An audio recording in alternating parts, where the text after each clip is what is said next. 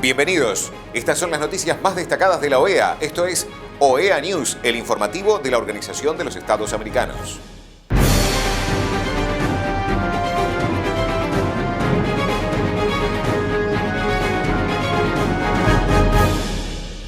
Es momento de compartir los títulos de las noticias más importantes que vamos a estar brindando a ustedes.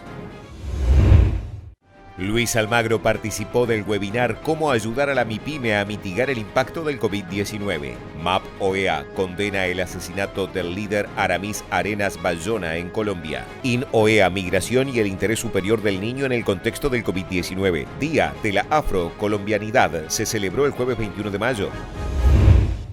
El secretario general de la OEA, Luis Almagro, participó en el conversatorio de la iniciativa OEA Facebook sobre cómo ayudar a la MIPYME a mitigar el impacto del COVID-19. Friends, the small business are the backbone of our economic life. They account for 99% of all units of production and employ 75% of workers in our region. They are fundamental in alleviating poverty and creating jobs, but are often financially fragile, with little cash on hand or resources to withstand even a minor financial shock.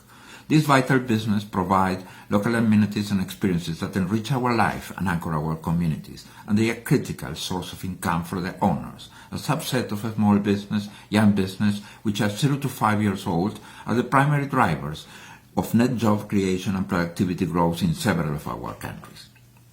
Several micro, small, and medium-sized enterprises have closed temporarily as a result of sweeping disruptions caused by the COVID-19 pandemic, including weak consumer demand, plummeting foot traffic, and social interaction which they rely on. Many have ongoing expenses and little or no revenue and face the prospect that they may never reopen. Will be years before we fully understand the economic impact of COVID-19, but one thing is painfully clear.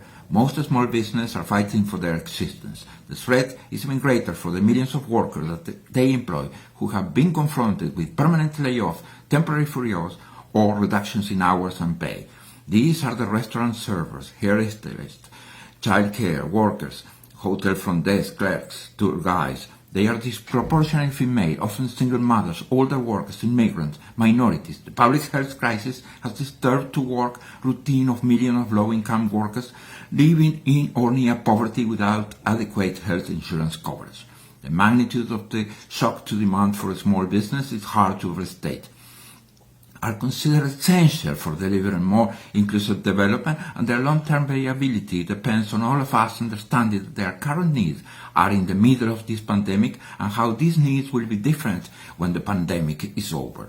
Once the restrictions are lifted, our countries will depend on their small business community to spearhead the economic recovery. As medium, small, micro companies face unprecedented struggles, policymakers have a major role to play to assist them. The crisis demands a set of policy supports that are both immediate and long-term. Among OEA's member states, policy responses have taken different forms. Some countries have announced measures aimed at helping all business, while others are implementing a specific measure for this. Several member states have focused on financial instruments such as tax breaks, guarantees, and grants. Others have devised new instruments to help small business find new markets, while some have launched a digitalization program in collaboration with the OEA General Secretariat to help these micro, small, and medium companies to capitalize and for their products or services to be marketed in the Internet. In this context, the U.S. General Secretariat is pleased to partner with Facebook in the organization of online roundtables in which ministers will share the policies and programs their countries can implement to offer solutions to small business to continue operating and recovering from the economic crisis in the context of COVID-19 pandemic. Our partnership with Facebook also includes a series of online training sessions that offer resilience tools for these medium, small, and micro companies. Small business across the hemisphere serve as lifeblood of our community. Supporting them is not only about supporting the economy, it is also about supporting lives. We must help them weather the pandemic and adapt to the new post-pandemic reality. Their success will be our success. Luego de décadas de lucha por los derechos humanos y el territorio, el líder social Aramis Arenas fue asesinado el 19 de mayo en Becerril, César. La misión de apoyo al proceso de paz en Colombia de la OEA condena este grave hecho. Aramis Arenas Bayona era reconocido en todo el oriente del César. Las y los habitantes de esta zona de Colombia, que durante más de 10 años sufrió en carne propia un conflicto que dejó más de 500 muertos, decenas de desaparecidos y varias masacres, veían en él una esperanza de paz y de futuro de su región. Víctima de desplazamiento y tortura por parte de grupos armados ilegales, nunca cesó en su empeño de luchar porque la paz llegara al territorio.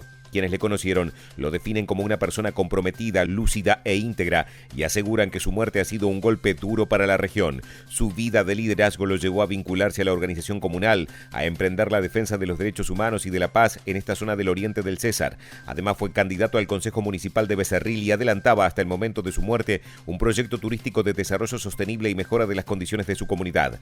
Nadie vio nada, pero el 19 de mayo Amaris apareció muerto en su finca con un disparo en la cabeza. Aunque era el presidente de la Junta de Acción Comunal de la Vereda, ese día se encontraba solo, por lo que no hay indicios de los responsables de su muerte. La MAP OEA condena esta grave afectación que se convierte en un capítulo más de una cadena de asesinatos contra liderazgos comunales, autoridades indígenas y afrodescendientes y defensoras y defensores de derechos humanos en el país. A los grupos armados ilegales la misión le exige cesar las acciones violentas contra la población civil, víctima de un conflicto que se ensaña con las comunidades y territorios más vulnerables de Colombia. También exhorta a las autoridades a emprender una investigación exhaustiva que permita dar con los responsables de este grave hecho, así como reforzar las medidas de protección a los liderazgos sociales en el país. La misión se solidariza con el dolor de la familia y de las personas que tuvieron la oportunidad de compartir el liderazgo y la sabiduría de Aramis Arenas Bayona.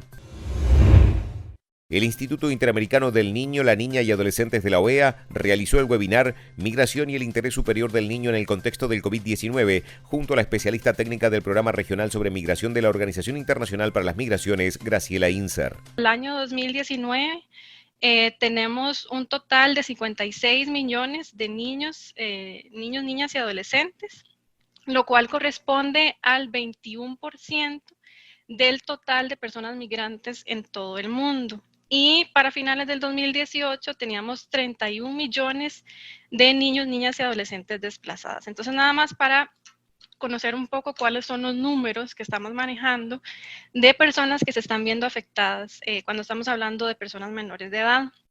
Las principales afectaciones del COVID-19 en dos áreas específicas que preocupan de manera especial a OIM, que son los efectos en la educación y también en el aumento al riesgo a la explotación laboral y a la explotación sexual. Entonces, en este aspecto, en los efectos sobre la educación, mencionarles que al 17 de abril, es decir, hasta hace muy pocas semanas, 1.500 millones de estudiantes se han visto afectados por el cierre de escuelas. Si ustedes ven el gráfico aquí a la derecha, únicamente los países que están marcados en azul son los que continúan con centros educativos abiertos. Es decir, el resto del mundo están las escuelas cerradas, ya sea en su totalidad o de forma localizada. Y esto corresponde nada más y nada menos que al 91,3% de todos los alumnos en el mundo. La educación a distancia, aunque es una excelente herramienta alternativa a la educación, lo cierto es que menos del 25% de los países de ingresos bajos tienen acceso a estas herramientas y entonces la consecuencia ha sido que se han exacerbado las desigualdades existentes. Y recordar que los migrantes no siempre tienen acceso a estas tecnologías digitales, ¿verdad? Y niños, niñas y adolescentes que no pueden asistir a la escuela durante la pandemia van a tener un mayor riesgo de que o abandonen la escuela o se queden rezagados en el aprendizaje en general, pero también especialmente en el aprendizaje del idioma, que es sumamente importante para la integración, ya sea en su lugar de destino o el lugar de tránsito o donde se encuentren. El segundo punto que les quería comentar es el aumento del riesgo de la explotación sexual y laboral, que también preocupa mucho a la OIM. La pandemia en general acrecienta el riesgo de violencia, ¿verdad? De distintas formas, el abuso, la explotación sexual, incluso también el matrimonio temprano o precoz forzado. Y los niños que están en alojamientos temporales son los más vulnerables a ese tipo de violencia.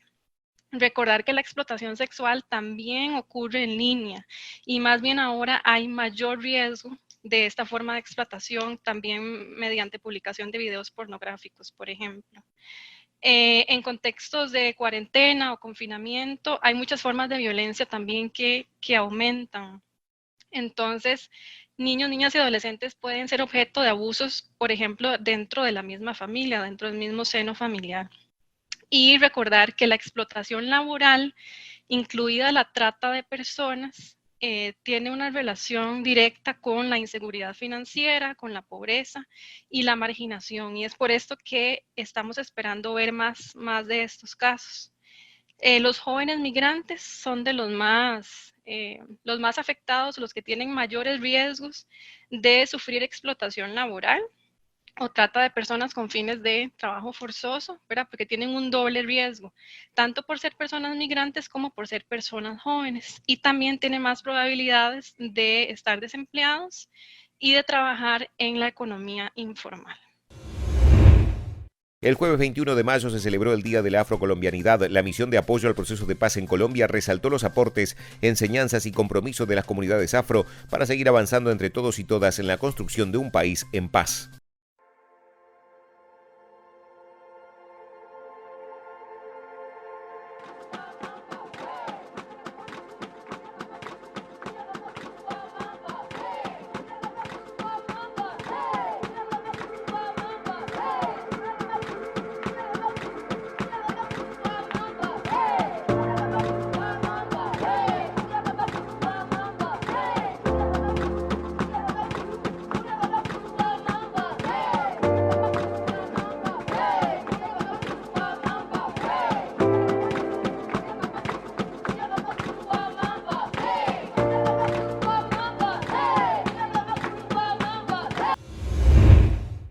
Estas han sido las noticias más relevantes de la OEA, la Organización de los Estados Americanos. Esto ha sido OEA News. Nos reencontramos en la próxima jornada.